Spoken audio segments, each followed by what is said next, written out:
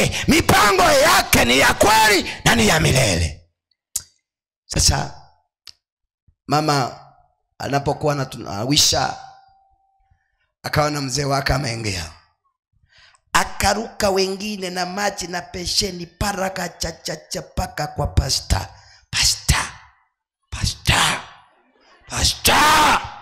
Mudomo pasta. Nikumaanisha nini? Yule mtu ndio huyo pasta. Nawa. Kumbe ni kunawa. Hii ni kunawa. Nikaona jamaa huyu ndio huyu anayeleta waganga. Kasema sawa. Nikasema mentero mulisha bukato elinda tebelera bukato makikie ni buya. Ukiona mchungaji kwa meza mnakula anasema uongezewe kitu, ask why. Mbona wewe ngio komentar why asiki? Kesho yake nikabadilisha sermon, kwa sababu mwezi niambie nyinyi ndio mnaniambia kile nenda wahubiri. Nyinyi mlisema mgani wa makambi afanye nini? Akuje, na nimekuja. Sasa nikaona huyo mzee mahali ameketi. Sasa sio huyu ni mfano. Nikimalizana na yeye msimuwekere kwa amekaa hivi. Alikuwa anahubiri hapo mbele. Nikaanza kuhubiri wale ambao wataingia mbinguni vile wanaonekana. Ninahubiri, nikifika karibu kwa mzee namwambia mzee, waganga na wachawi hawataingia mbinguni. Ninahubiri hivyo ninarudi. Nikifika kwa elda, waganga na wachawi hawataingia mbinguni. Nikamgusa mara 16. Ni ili nisaidie yeye peke yake. Wengine hata msipofika bora huyu afike. Mama akaanza kutetemeka. Nimekufa. Hata wewe ukisikia hiyo injili sinikali. Mama kufika nyumbani jioni, akaitwa kuja hapa. Mama akaanza kumwaga mate. Akamuuliza, wewe ulisikia vile yule mhubiri alikuwa anahubiri? Kamwambia hata mimi nimeshindwa. Wewe ulisikia? Mbona alikuwa anahubiri akizunguka, akifika karibu na mimi ananigusa na kusema waganga na wachawi hawaendi mbinguni, ananimalizia kunigonga kwa mgongo. Hello? Get to the point. Take a step forward.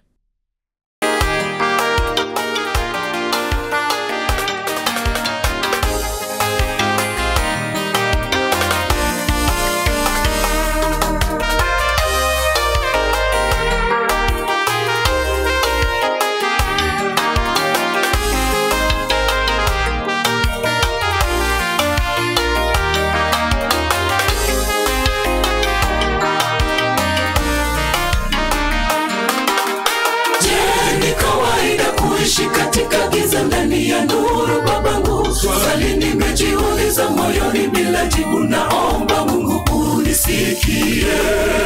Ninayo habari moyoni, neno la Mungu, na tena ninafahamu yupo mtu asiye nalo. Ningeliweka nuru ninao juu ya kiango, wengi wangepata okolewa, lakini nipo chini ya pishi, mwanga wangu karibu kuzimika.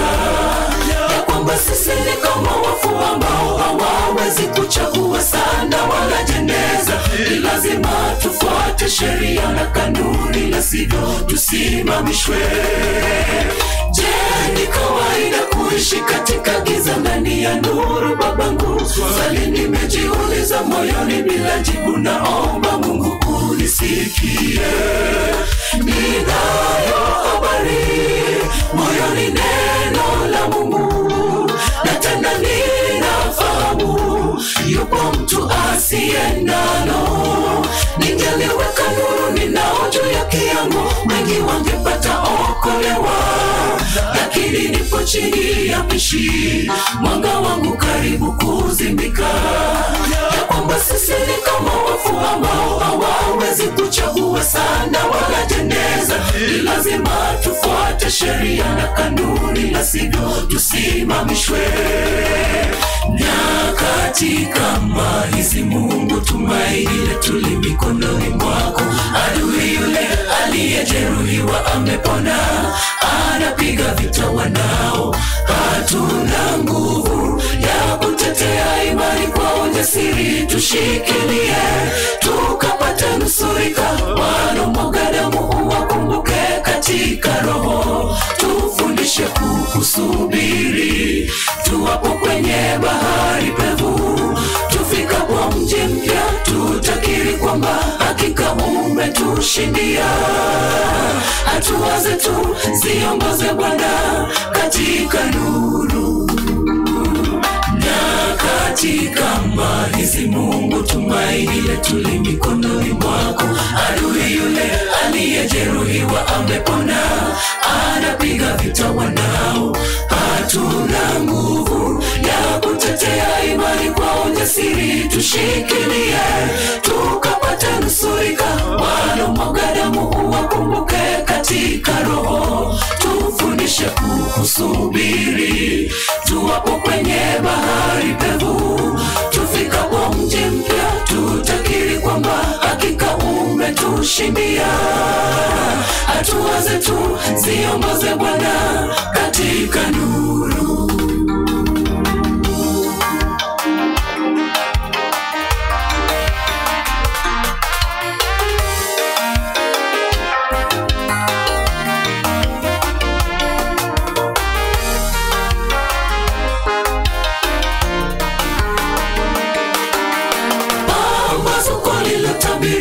Karibu lakini sina amani, maana ninajua sina nyota pale tajini. Ole wangu masikini mimi, nitasimama je?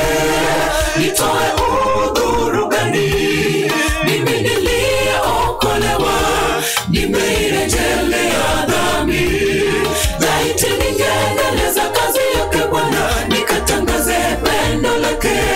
Nitakuwa mgeni wa nani, machozi yakinilemea.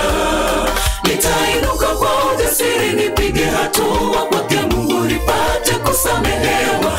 Akanitie nguvu, niinue bendera yake katika siku za giza. Pambazuko lilotabiriwa li karibu, lakini sina amani, maana ninajua sina nyota pale tajini. Ole wangu masikini mimi, nitasimama je? Nitoe udhuru gani?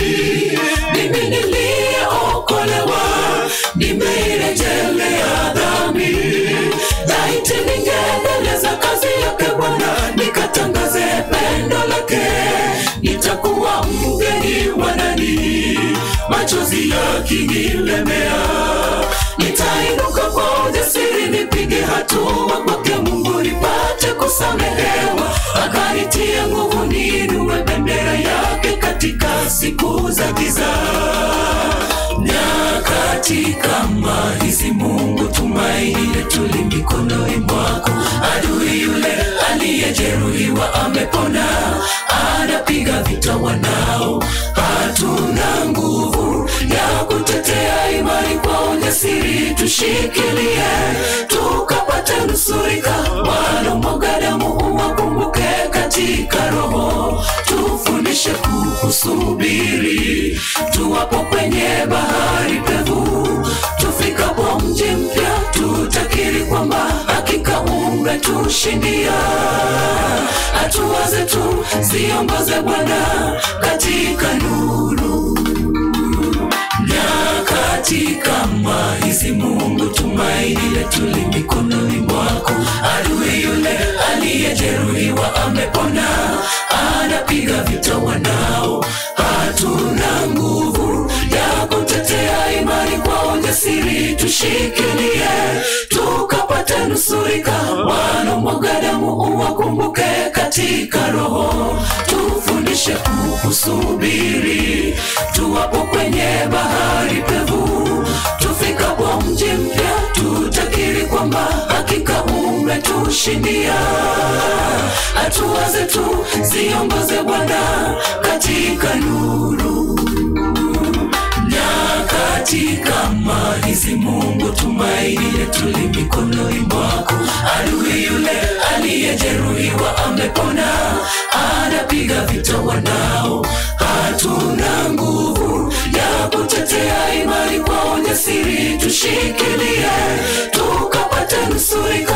Wanaomwaga damu uwakumbuke katika roho, tufundishe kukusubiri. Tuwapo kwenye bahari pevu, tufikapo mji mpya tutakiri kwamba hakika umetushindia. Hatua zetu ziongoze Bwana katika nuru. Amen. Amen. Amen. Hallelujah. Nashukuru my choristers, asante sana leo. Nimeona mmeimba hiyo wimbo vizuri. Jana Mungu awabariki. Kitambo tufike Sabato mtakuwa mmefanya kazi ya muhimu. Kwa hivyo tunatamani kila mtu atakapofika Sabato uwe unaelewa wimbo huo. Hukumu imeanzishwa wapi?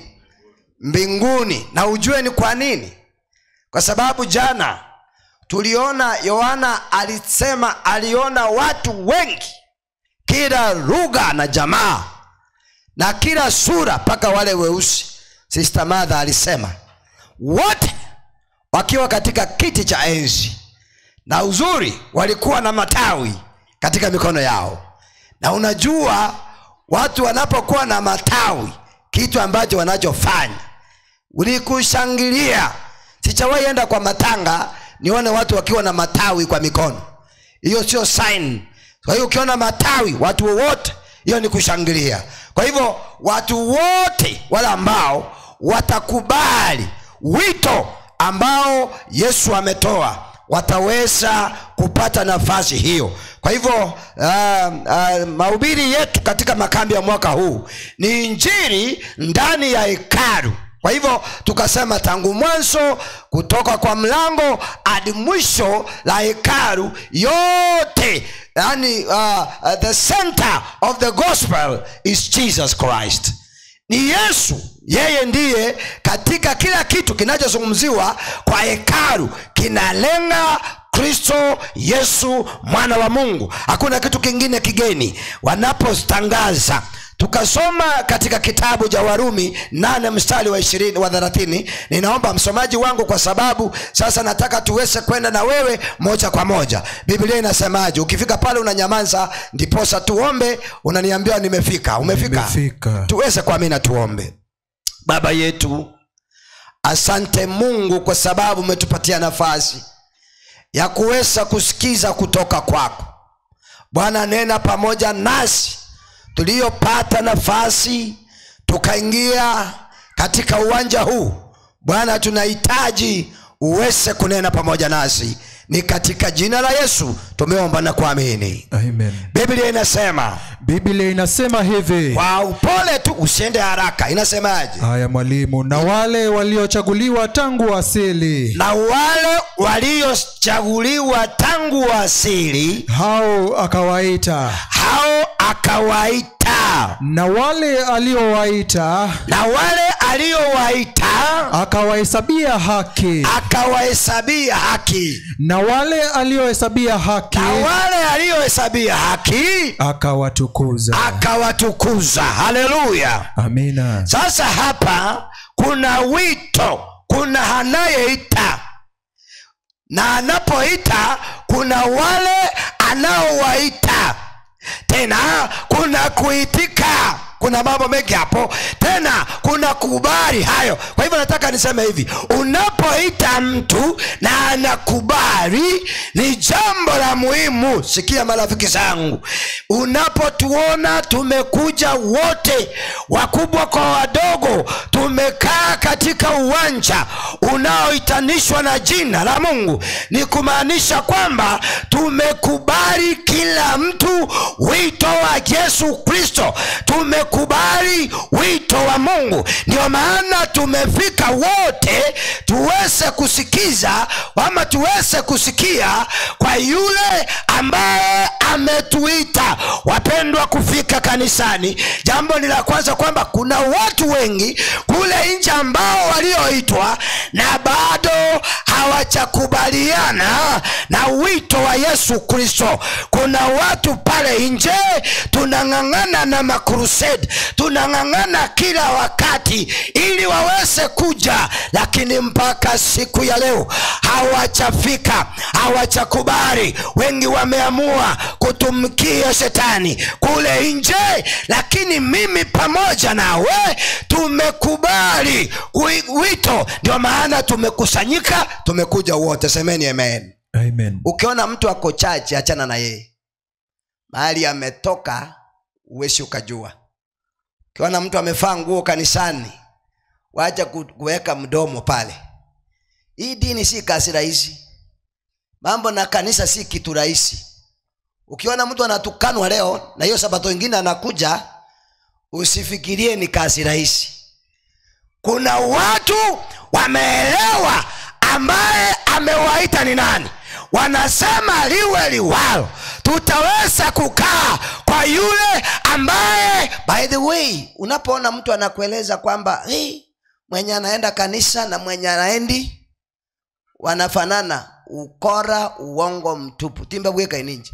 Hiyo ni uongo kabisa. Mimi niko mbele kiasi. Kenteke basi nyete batameti kuru kanisa dada.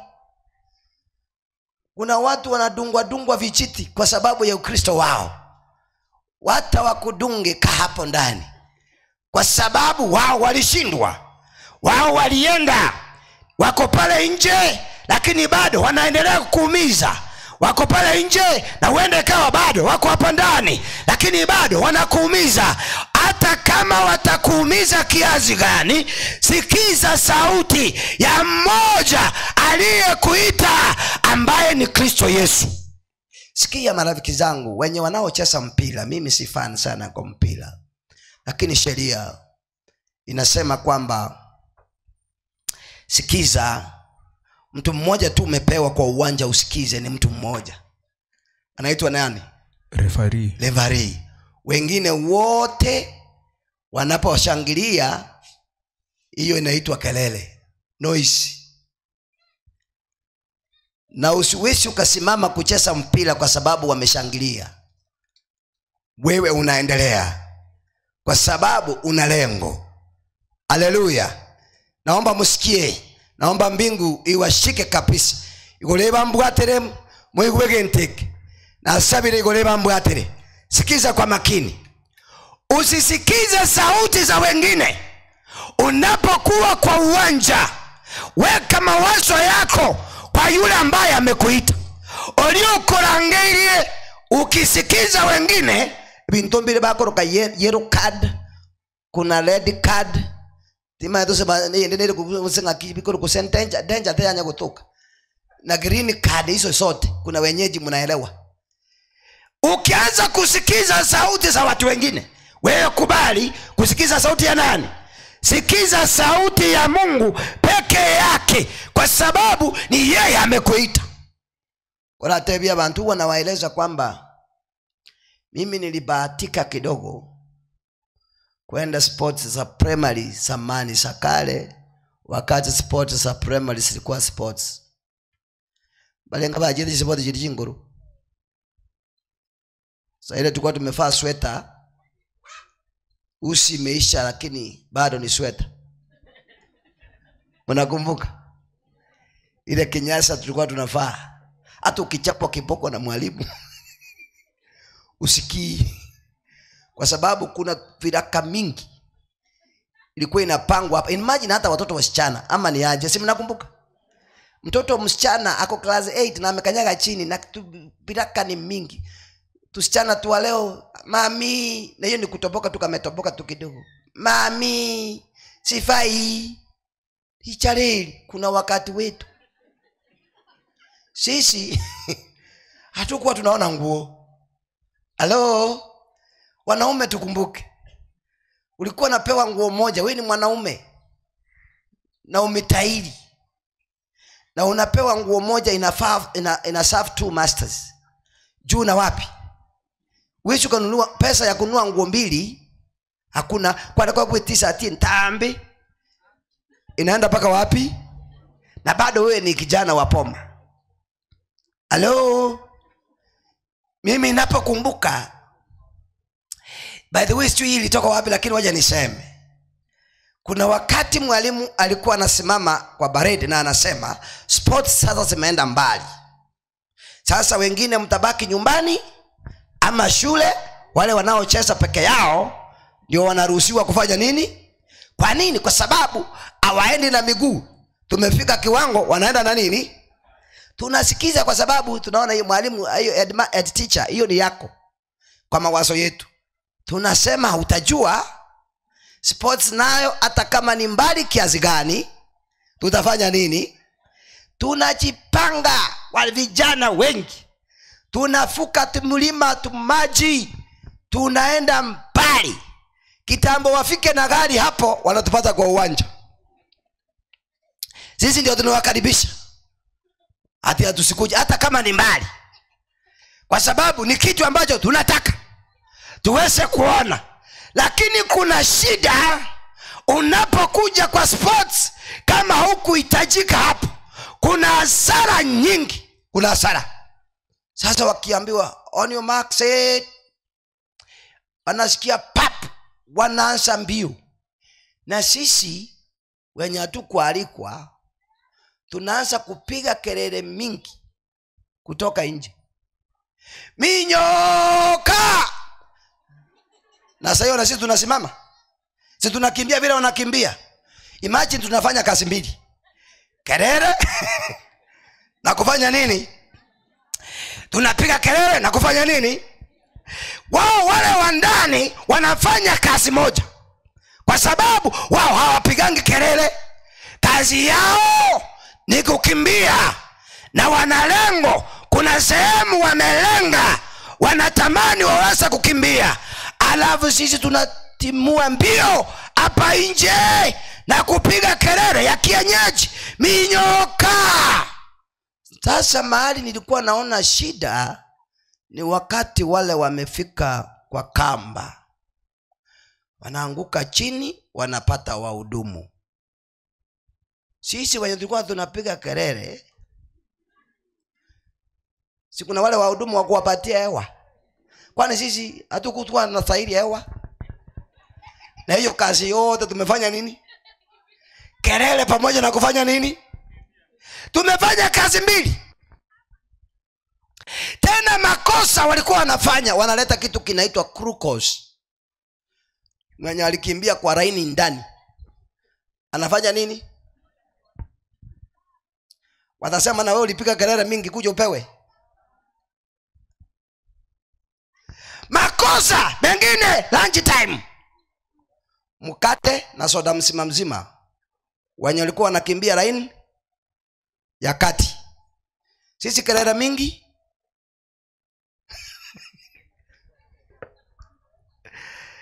kelele mingi. Kazi tulikuwa tunafanya ya muhimu ni omba. Tunapata mtu amenunua miwa, kindomi, unaanza kuomba. Sasa umekuwa mtumwa. Rafiki yangu sipendi kukimbia nje, mimi natamani kukimbia ndani, kwa sababu ndani kuna zawadi, kwa sababu ndani kuna kitu cha muhimu. Sipendi katika safari hii kukimbia ndani, mimi nataka kuingia ndani nikimbie, kwa sababu ambaye ameniita kuna zawadi ameniwekea pale mbele. Sipendi kukimbia nje. Bantu mbali kanisa banje tamangana y'abantu, abukulitia mangana y'abantu abigiti stock. Yeye ndiye anajua fulani vile walikimbizana na mke wake usiku. Ukimuuliza kutoka juu, uko na kagunia kakuweka vitu za watu, na hakuna mahali utapeleka soko. Msichana mwenye ametoa mimba, wewe ndio unajua, tukicheki kwa gunia yako umerusha hapo. Mwenye amenunua shamba na akashindwa kulipa. Mwenye kusoma sana. Nani unaeleza vitu? Ukianza kumueleza anakuuliza ni wewe ujui? Hiyo tulijua kitambo. Kuna watu wa kufunja watu moyo. Bantombale bago itala ntomoyo. Unapofunjwa moyo usije ukakataa. Tuendelee kwa sababu pale mbele kuna yule ambaye ametuita.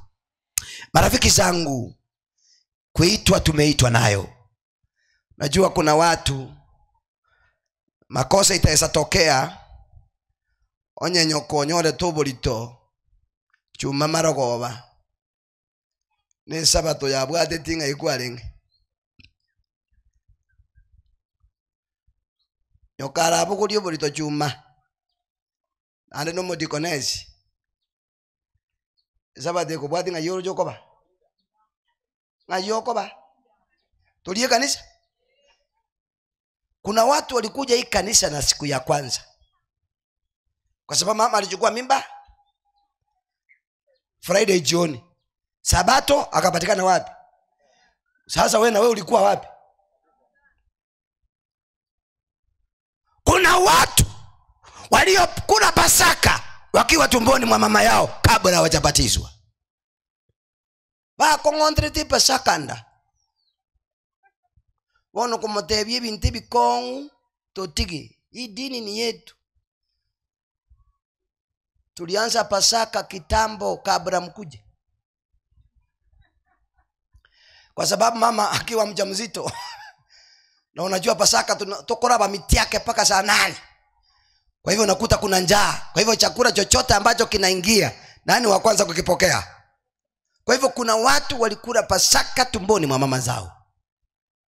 Na watu wapime sana. Na tena vile alisaliwa, aliletwa kanisani. Akafanya nini? Akaombewa. Mimi ijapokuwa na wahubiri, si kuombewa na wazee wa kanisa.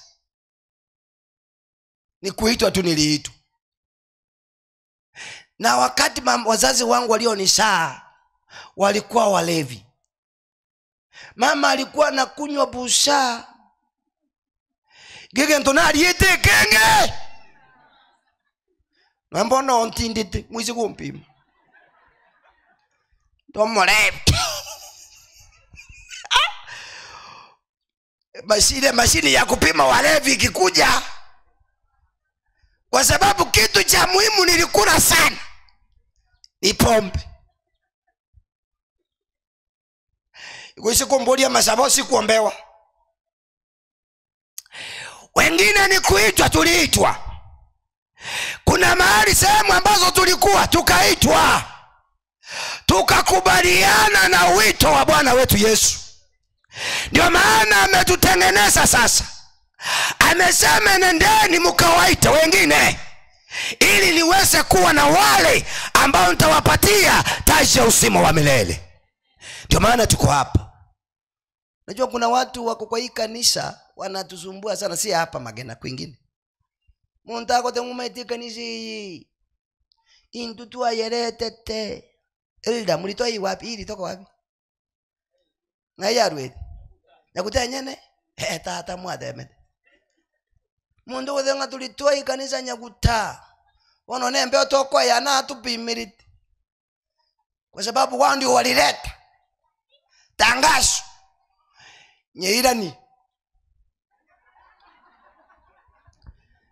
Nyeirani tojejiere. Kwa sababu mulileta wakati ambapo hatukuwa. Na sisi baadaye tulikuja tukaitwa.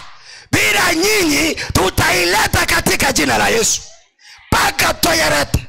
Na kama hatutaileta tutaipeleka kwingine. Haleluya. Kazi ya kanisa hii, kama hatutaleta basi na sisi tutapeleka kwingine.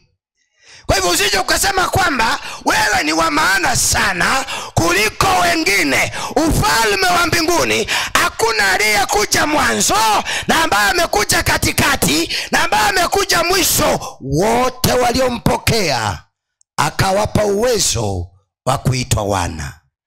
Haleluya. Wote kila mtu.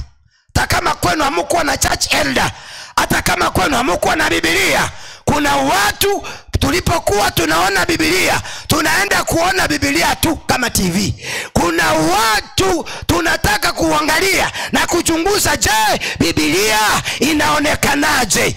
Kuna watu tumeona Biblia tukiwa watu wazima, lakini bado Yesu alituita. Haleluya. Tena kueleza rafiki zangu, usije ukajiweka katika kiwango cha kusema mimi nimeitwa zaidi kuliko mwingine. Hakuna aliyeitwa zaidi. Wito ni mmoja. Wito ni mmoja. Tuliitwa wote. Kazi yetu ni kuitika.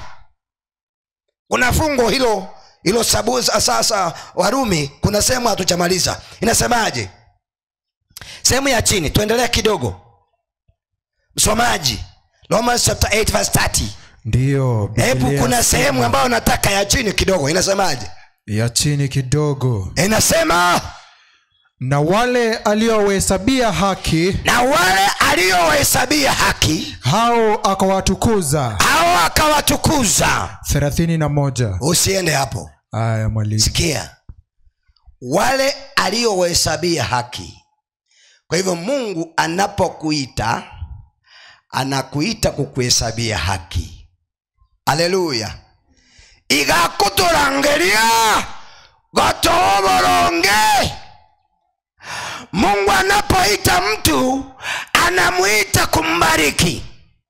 Anapoita mtu, anaita mtu kumuongoza. Anapoita mtu, anaita mtu kumlinda. Mungu hawezi akaita mtu na akamruhusu akateseka. Nyasaye gakorangeria abantu, igakobarangeria ucha samaya. Rafiki zangu sikia. Munisamehe kwa kueleza vitu zingine ambazo hamuzielewi. Lakini kwa akili zangu nafikiria ninaposema hii, mtu anaelewa kitu ambacho ninasema. Rafiki zangu sikiza. Hakuna sehemu wanaume wanaogopa kama mahali ambapo wameoa. Basaja asitali tobo ete mono anyankuega saiga na inchi kuna ikiro efoli Mungu uchiri nsake na umukate ngwasa mega mako byara ngemburango tuwe naba ebira bingo koro uno kubolu ngemburango tuwe ngake koboga mwasimekire nonye murasi. Nani una mambo mengi. Hata unapoketi kwa hicho kiti unasema tutamaliza saa ngapi? Tufanye nini? Tuondoke. Ponyoko biera talio suku. Makimago emesa kwa tito rabune mori. Ugu kuna kiungwana msofti. Kuna baka waranga mwana utaje tindagera mono. Lakini nyuma ya tenti watajua. Karona leta tu Mungu none na alikumweka tata. Nilinunua kasoda hivi kwa hoteli. Alikuwa anaonja kasoda kwa umbali. Kama nyana anyoli rumo shobuti. Bono tindi kujikusumbuka mbone bintu ko. Kurumaka chapati nando irania. Karabana bostidi uchikokora bonge. Wichabati aji tika tuchitucheka chikulingunga kakaka. Masaja watakueleza wanaume wakisema ukweli watafanya nini? Inye kujiakea kukaribiri nande wewe wacha mchezo.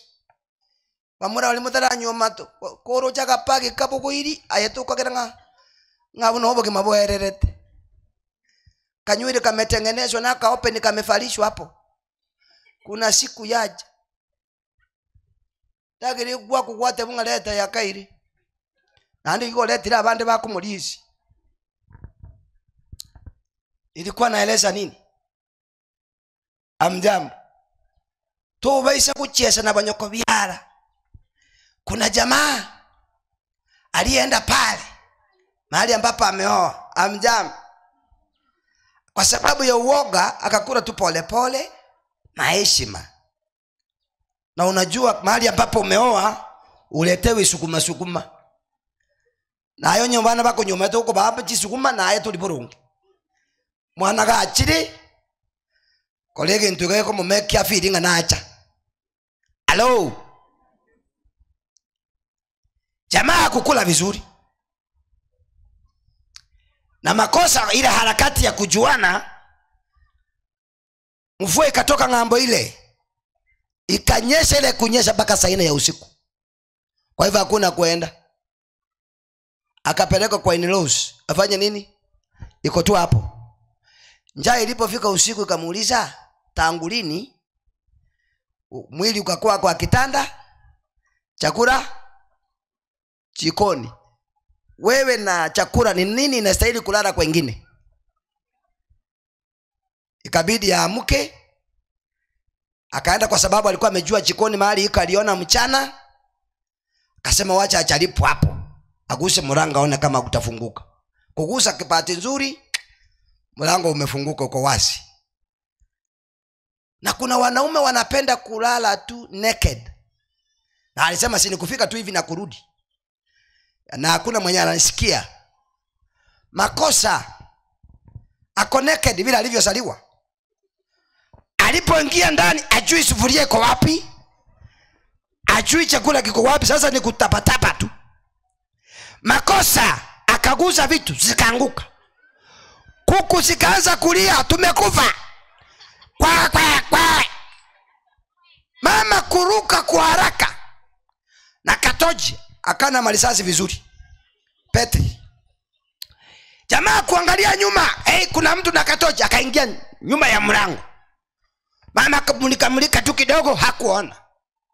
Akasema labda ni umbwa. Akafunga akaweke chabi. Na hii jikoni ni ile ya samani. Ainanga dirisha. Nikala tu kashimo kana kuanga kwa ukuta. Na hii nyumba imefungwa. Mwalimu asaletete. Kale kajikoni kalikuwa kamefungwa na ile kamba, uwezi ukapomoa. Sasa jamaa, na ni saa 8 ya usiku. Sasa ikabidi yeye alale kwa chakula, badala chakula ilale. Mama akasema waja niamke mapema kwa sababu nina mgeni, nimuandalie kakitu akiamuka. Bangina bagusi. Jamaa, mama akaona kabla niwashe moto, wacha nifagie kidogo ndio niwashe moto. Sasa harakati ya kufagia, jamaa ako kwa mlango, anapima ni 6:30 asubuhi. Sasa nitafanyaje? Abakobo nyino ko era tigabakoleki. Indelionsi wakoreke nduki. Ngakingo cha kuruma antale ngora. Akagonga ka mlango pa, mungina kuje byombo imi. Mama kuangalia nyuma anaona mtu anaenda mbio. Olegetirianda. Mama akaanza kupiga kelele, mwizi! Mwizi! Ensiga suka, mungaka. Ngajali bono mwabwato umuntu mukashamba. Muntu nabwato kizo nabyo umuntu akagusine nyundo mungaka osinanya ndachikwana nyonika. Ngala akakoruka. Abalende nkyaba. Kekabe kuchi. Watu wakatoka kwa wingi kukimbiza mtu mwizi. Wakamubwata. Akaketishwa chini. Mama kuja akakuta ni yule kijana yake. Akaenda kando, akatoa ile leso yake, akawaeleza mfunike. Watu wasione nini? Uji wake.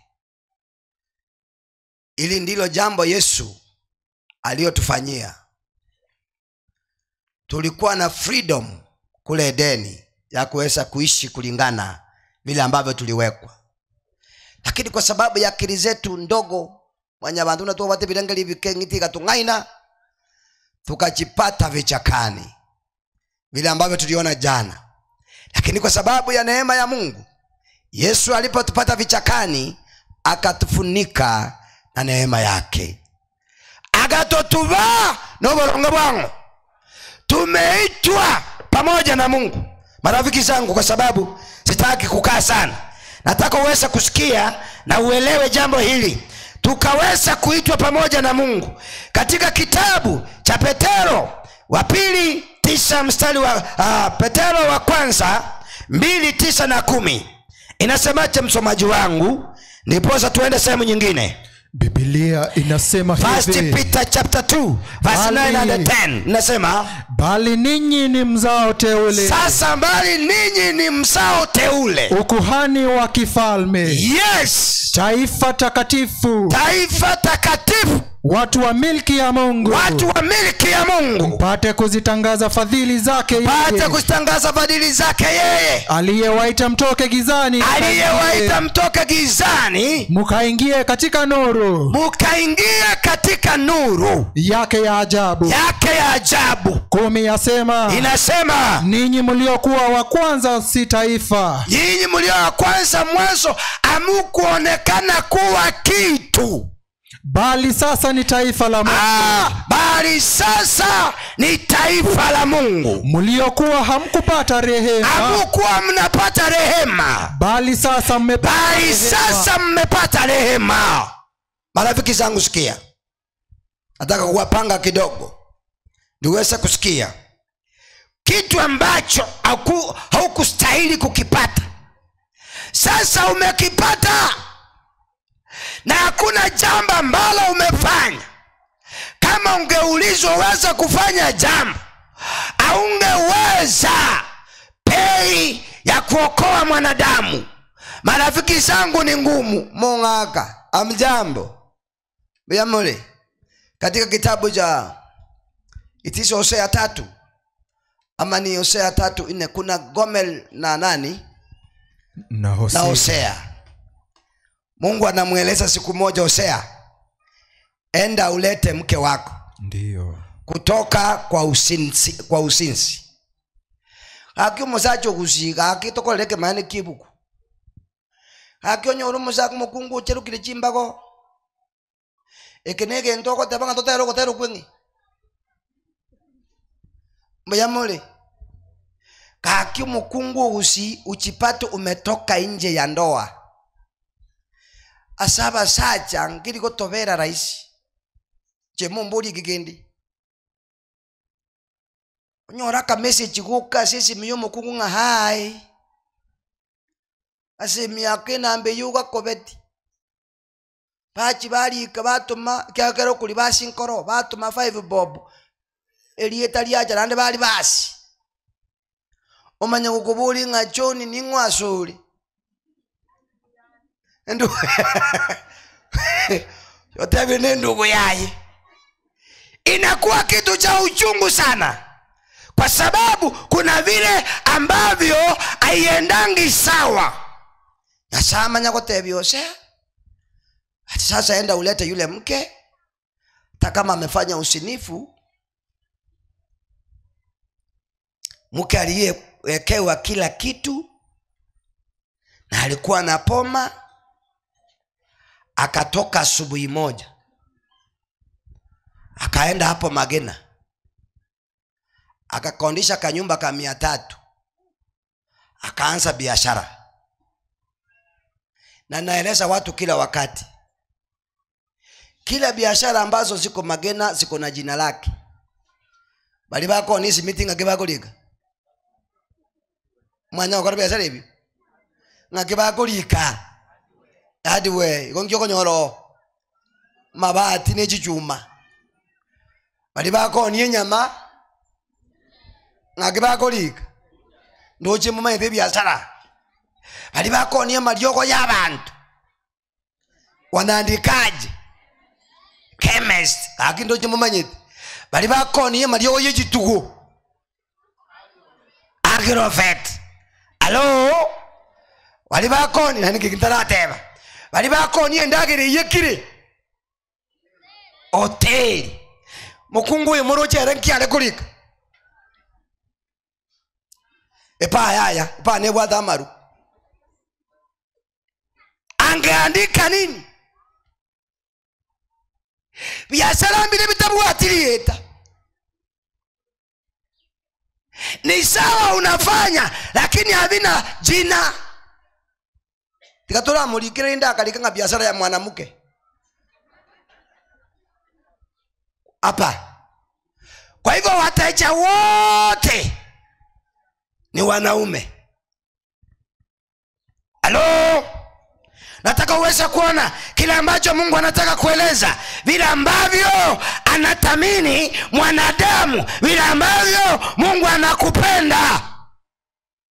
Mungu tena anasema, nimesema hivyo ili Waisraeli waweze kuelewa vile ambavyo nawapenda. Yule mwanamke alikuwa ameweka viti vidogo mbili biko bakenya gitari chipenji. Kila mtu anakuja anapanga laini yake. Kama uko na 50, 20, 70. Na sasa kazi yako ni kukaa. Chenye unasikia kutoka ndani next. Madaktari next.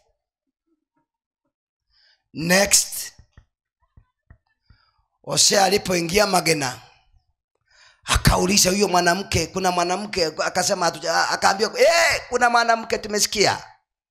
Alipokuja hapo akakuta kuna biashara inafanya nini, akafuata sheria ya biashara. Yeye hakuenda ndani na kusema huyu mtu ni wangu nataka kurudisha, na yeye alikaa kwa hizo pages, akasikia akiongea ndani next, akaongoja wakati wake. Alipoingia mke huyu akawa na uoga sana, lakini mume wake akamwambia, ijapokuwa umesini na watu wengine, bado ninakupenda na nimekukujia na nataka kukurudisha nyumbani. Kwa hivyo leo hii tuanze safari twende nyumbani. Mama kwa sababu ya hiyo akavunja kalinga chibu chanchabe, akabeke gunia ebiashara bigasaleka ase customer ya watu tiosea. No business. Yesu anapoingia hakuna biashara zingine. Yesu anachukua nafasi yote. Kwa hivyo Mungu akajaribu kueleza ili watu waweze kuelewa vile ambavyo Mungu anakupenda. Amekuita taifa teule lake. Kwa hivyo haustahili tena kukaa kando na usherati. Wewe ukakaa kando tena na miungu. Wewe ukakaa kwa njia zingine za kuabudu shetani. Ninarudia kwa sababu nilikuwa nahubiri kwa sababu ya mtandao, sitasema ni wapi. Halo, lakini nikihubiri makambi kama haya, mama mmoja akajipendekeza kwangu, akaja akanieleza, pastor, nina shida. Nikamwambia, mama nieleze. Sisi wachungaji huwa tunapenda kusikiza tu mtu anapokuja na shida zake. Nieleze. Akasema, pastor, tutaenda kando. Akaniambia, pastor, hii story ni siri yangu mimi na nani na wewe, usiseme tena kwingine. Lakini sasa naisema leo. Lakini sisemi ni nani.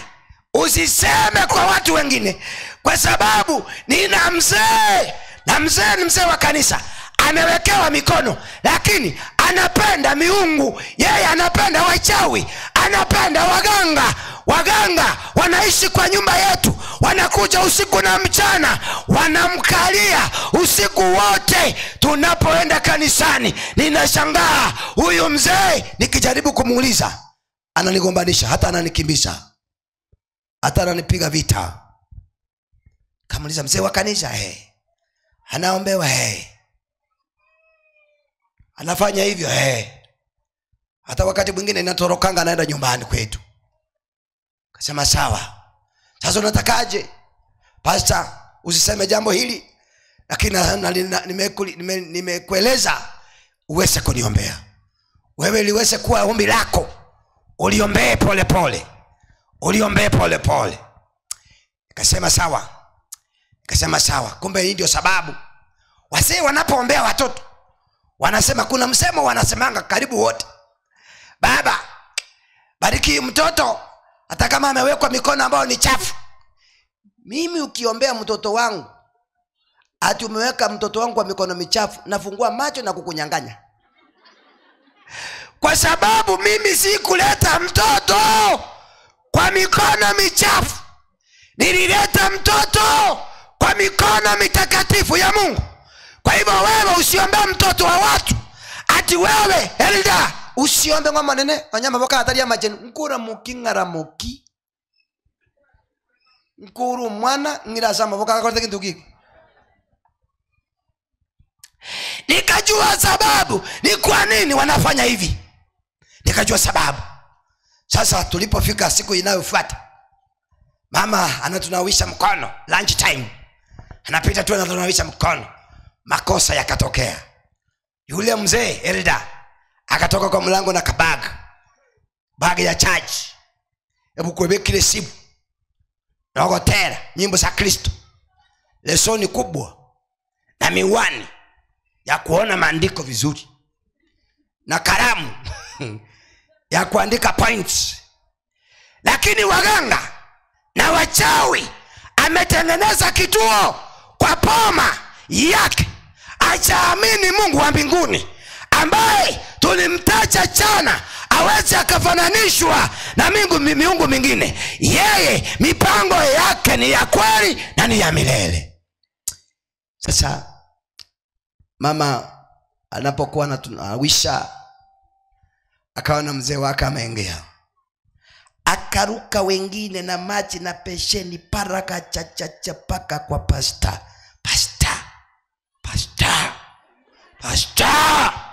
Mudom pastor. Nikumaanisha nini? Yule mtu ndio huyo. Pastor nawa.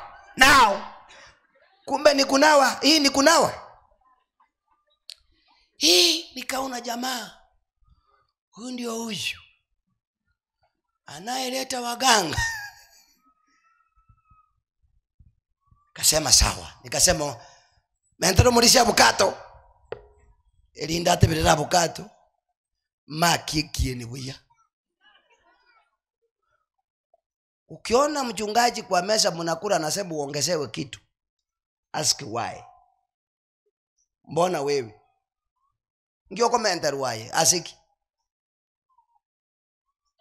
Kesho yake nikabadilisha sermon. Kwa sababu mwezi niambia, nyinyi ndio mnaniambia kile nenda wahubiri. Nyinyi mlisema mgani wa makambi afanye nini? Akuje, na nimekuja. Sasa nikaona huyo mzee mahali ameketi. Sasa sio huyu. Huyu ni mfano. Nikimalizana na yeye msimuwekere. Kwa amekaa hivi. Alikuwa anahubiri hapo mbele. Nikaanza kuhubiri wale ambao wataingia mbinguni vile wanaonekana. Ninahubiri. Nikifika karibu kwa mzee, namwambia mzee, waganga na wachawi hawataingia mbinguni. Ninahubiri hivyo ninarudi. Nikifika kwa elda waganga na wachawi hawataingia mbinguni. Nikamgusa mara 16. Ni ili nisaidie yeye peke yake. Wengine hata msipofika bora huyu afike. Mama akaanza kutetemeka. Nimekufa. Hata wewe ukisikia hiyo injili sinikali. Mama kufika nyumbani jioni, akaitwa kuja hapa. Mama akaanza kumwaga mate. Akamuuliza, wewe ulisikia vile yule mhubiri alikuwa anahubiri? Kamwambia hata mimi nimeshindwa. Wewe ulisikia? Mbona alikuwa anahubiri akizunguka, akifika karibu na mimi ananigusa na kusema waganga na wachawi hawaendi mbinguni, ananimalizia kunigonga kwa mgongo.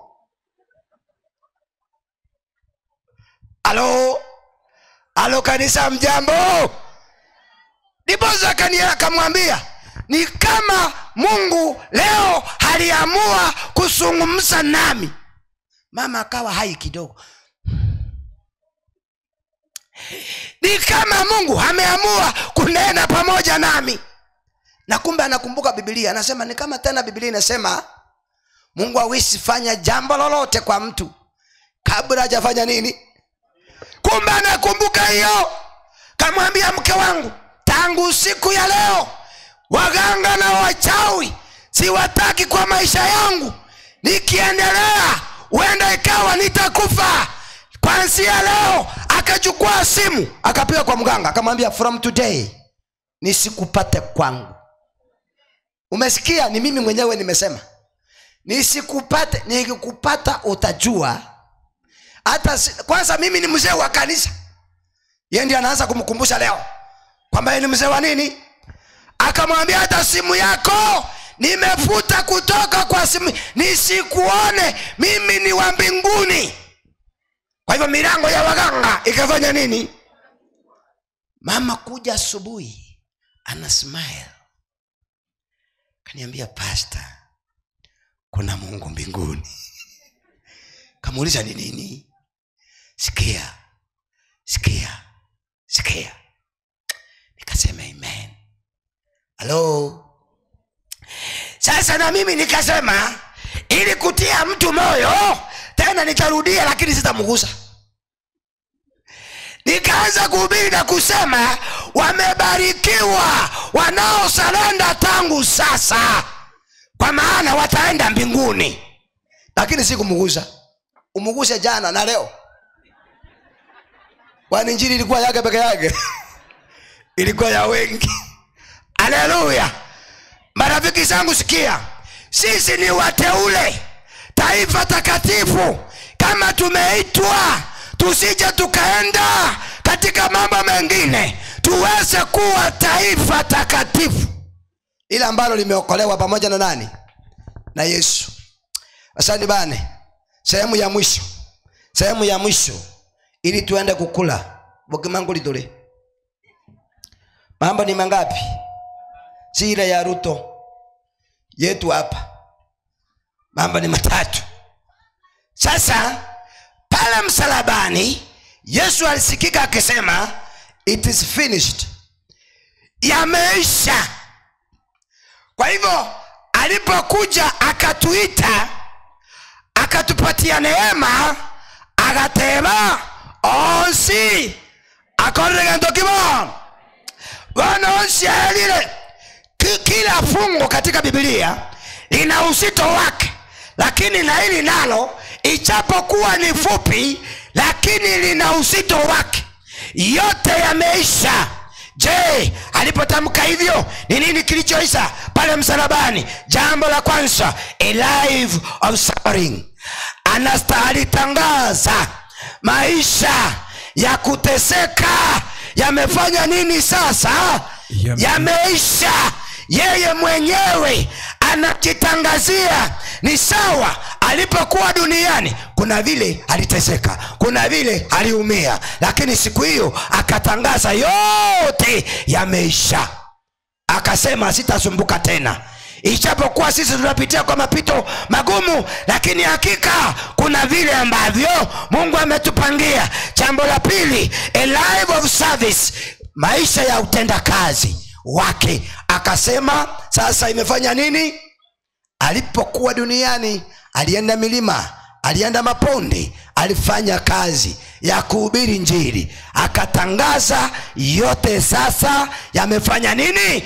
Yamekwisha. Sitaweza kusimama tena ili niweze kuhubiri, ijapokuwa nitatuma watumwa wangu ili waweze kueneza kazi hii. Jambo la tatu, kile ambacho unabii ulikuwa unazungumzia limetimia. Keliubo banikibwale kubana igoro yaye lero yaikeranire kwa sababu unabii wote ulikuwa unalenga mwana kondoo wa Mungu anayeondoa dhambi zote za binadamu. Kwa hivyo akatangaza, akasema yote yameisha. Jambo la 4, a life of health, afya, maisha ya kiafya. Alisema yameisha. A life of sacrifice, maisha ya kafara. Yote alifanya nini? Ushakonyoro muntu konyachi ngondi rero nyumba ngondi kupika chimbiribiri nganji bwato bwamate ine njale kuliete akia maene buna yeshali guru twani kubika sike nandi kubika chabu nyumba twani ngoye nyenye ngorose lya bana twani kubika chabu nyumba yukanji manyiti onye kubika chabu arali ne roko nyenye ndabu ngere to mugagarali bari morete no akale njajite kareta tiembe kodo. Sasa hakuna mnyama akona uhusiano wa kutuokoa. Aliyekufa mara moja ni Yesu Kristo. Akasema yote yamefanya nini? Yameisha. Sasa hakuna kafara. Ngomuntu nabete chera mono ngabono karwe chera ngaligia ngoko iga swera nyumba uno bochinga digine wane linagu digirinagu litogotiga momo soria kora kendo anyukia konye ni chingenda kuli muchenchiri kwa ni chingenda kuli bona ngimoko mwa dinagu. Hakuna vitu kama hivyo. Amangana yogo toliwa redemption yakaweza kutimia. Sehemu ya mwisho ndio niombe. Sababu kubwa ambayo Yesu alikuja kufanya, lengo lile ambalo lililomleta duniani likaweza kutimia. Jambo la kwanza, amri za Mungu sikawa simeridhika. Lani ama chikanya sae agaisaneka. Mungu aliposema kufa mtakufa. Yesu alipokufa msalabani lichikolilia ligaisaneka. Omonto wanokorege ntoki okule na inchende imali imeyaye na wewe ukiwa wapi ndani yake. Sasa hiyo sheria haina nguvu tena. Jambo lingine, the righteousness of God was fully achieved. Obaronga bwanya sai bogaikirana. The wages of sin inamaanisha death was full met. Ngeli yebi benge ndogi igakora kintu kiki ikalinga ni kuga katebonsi akora kintu kiki ayelili. The devil and this world were fully defeated. Sani bana epoye yekoro ku saitani then seye akabugwa ekene edeve yego to chanda ameshindwa. Hata kama ana uzito mkubwa ameshindwa.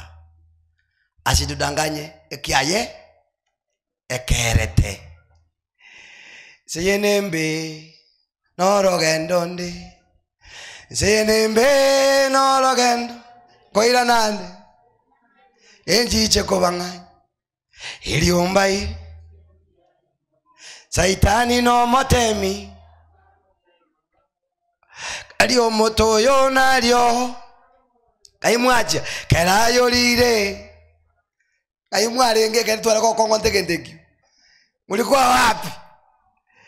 Saitani likiaga cheire no molero bono nabuire na wewe usikubali uweze kuangamia pale ndani. Kwa hivyo mambo ya wokovu unaendelea. Mambo ya wokovu ni viwango ambavyo vilivyofanywa ili tuweze kuokolewa. Na Mungu atubariki kupitia kwa jina la Yesu aliye Bwana mwombezi wetu. Amen. Tenene guru.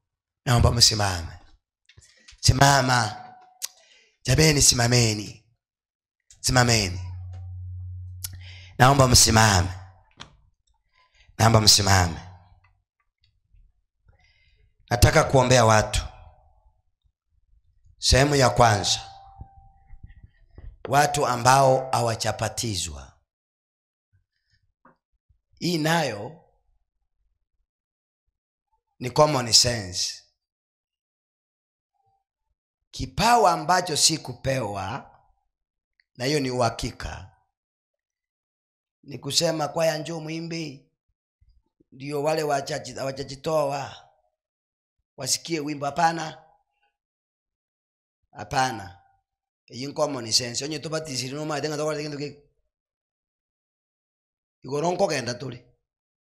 Kama uchapatizwa, sema pastor, ni mimi niombee ili siku moja niweze kupatizwa. Haleluya.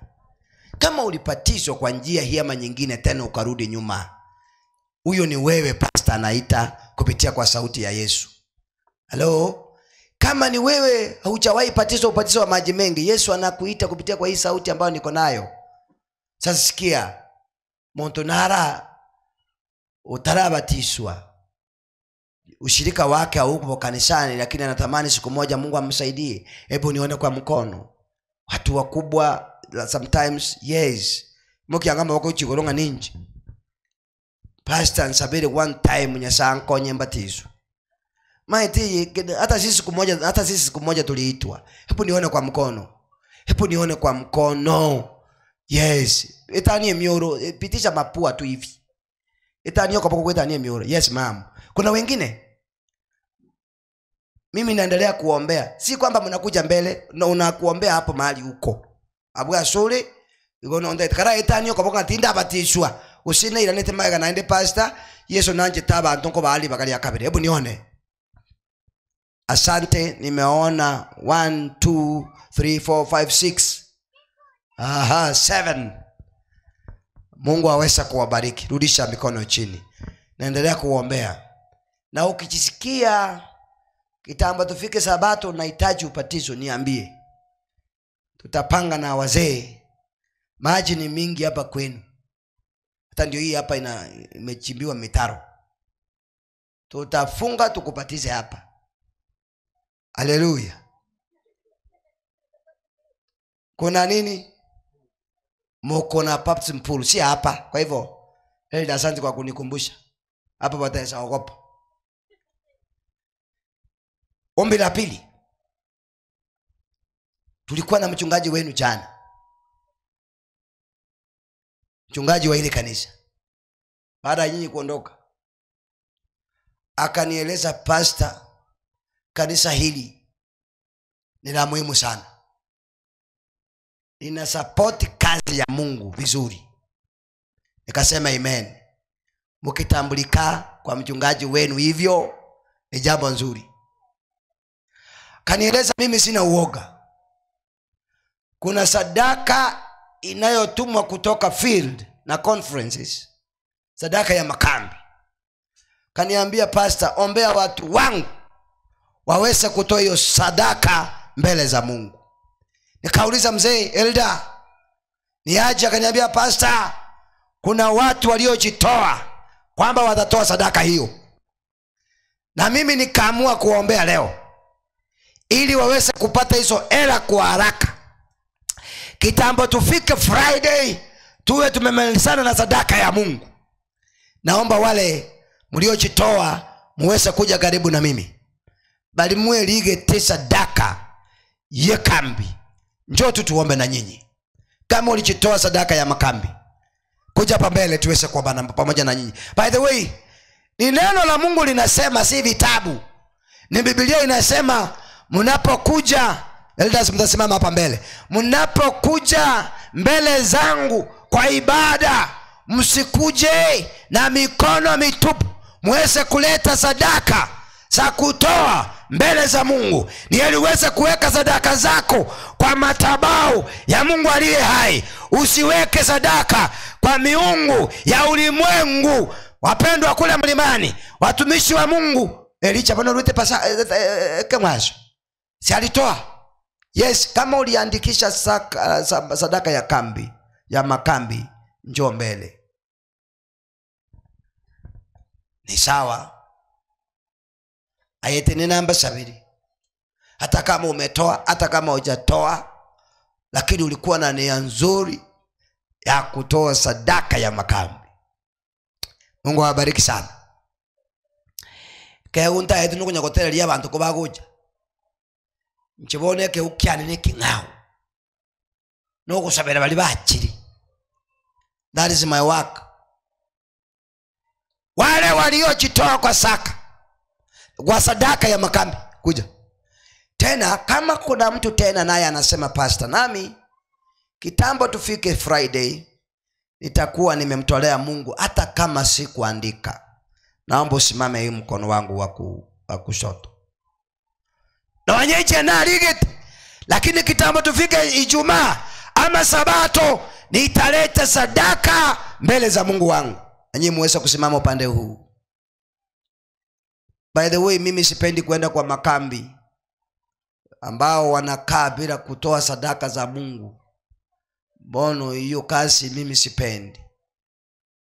Wale wakusema pastor nitaleta sadaka zangu hata kama si kuandika. Asante sana mami. Simama upande huu. Wale ambao wamejua mahali ambapo Mungu amewatoa. Kuna wale tulioanza nao mwaka uliopita 2023. Hivi sasa tuko pamoja na wao. Lakini Mungu amekulinda, amekubariki, ametenda. Labda uko na kazi, wengine wanang'ang'ana kutafuta hizo kazi hawajapata. Kuna mke, wengine wamejaribu hawajapata huyo mke. Kuna mume na watoto. Una biashara. My friend, uko na afya. Siwezi nikavitaja vyote, ni vingi ambavyo Mungu amekutendea. Wewe njoo kwake na sadaka ya kusema Mungu sikulipi, ni kile kichache tu ninatoa kwa sababu ya kazi yako. Mungu si kwamba hana vitu. Mayazo Sheti alisema asubuhi kwamba vyote viliumbwa na nani? Na sisi ni kazi ya mikono ya nani? Vyote tulivyo navyo ni vya Mungu. Kila kitu. Asante sana. Kuna mtu nitafungia nje, mami karibu. Wakusimama hapa asimame, wakusimama huko asimame. Hiyo sadaka kuanzia kesho inaanza kuletwa. Tunaleta hiyo sadaka kila siku. Sasa nataka tuende hivi na treasurer one on one. Treasurer kwa wapi? Treasurer wetu. Tutaenda na wewe. Gori mlipewa ni ngapi? 500 only. Hai. Vikisha M. Tuandike M kutoka Magena. Haleluya. Ngangana unapotoa sadaka kwa Mungu. Bantu mbali bako msichoke kusimama. Bantu mko basabirande. Bamuramba barwite mucha bagaje nebyegwa. Kuba sasimire Nyasaye Yesu bakakora nduki. Bigoli goli. Biblia inasema za thamani. Kwa hivyo unapokuja kumwabudu Mungu, leta sadaka ya thamani. Takuruira Nyasaye akantu kandi kakarosete. Karata kane. Ruwele kintu kirengaki. Kija. Nataka kuomba.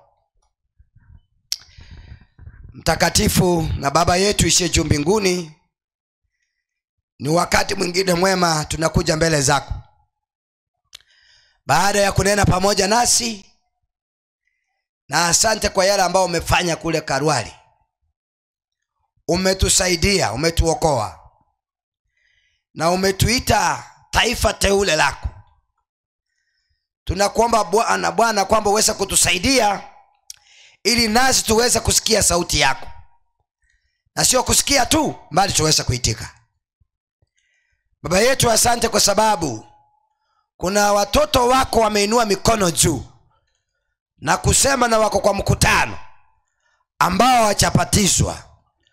Labda wengine walipatizwa tena wakarudi nyuma. Wengine hawajapatizwa ubatizo wa maji mengi. Bwana, vile ambavyo waliinua mikono yao, ninaomba wabariki. Wapokee. Siku itakapofika wakiingia ndani ya maji mengi, Bwana waweze kusimama katika imani, uchapa mara ya pili wa kulaki mawinguni. Baba yetu, asante kwa sababu ya dada zangu na ndugu zangu katika imani ambao wametoa sadaka na zaka pamoja na sadaka yetu ya makambi. Bwana uwabariki. Zile mali zao watakapoguza wasipungukiwe mfalme. Mungu wetu, kwa sababu ni wewe umesema kwamba tuweze kuleta sadaka ili siweze kufanya kazi yako. Na kuna wenzangu ambao wamekuja hapa mbele wanasema wanahitaji waende kufikiria tena, wameahidi kwamba wataleta sadaka hiyo mbele zako. Wabariki wanapoenda kuguza mali zao, na wao Bwana wabariki.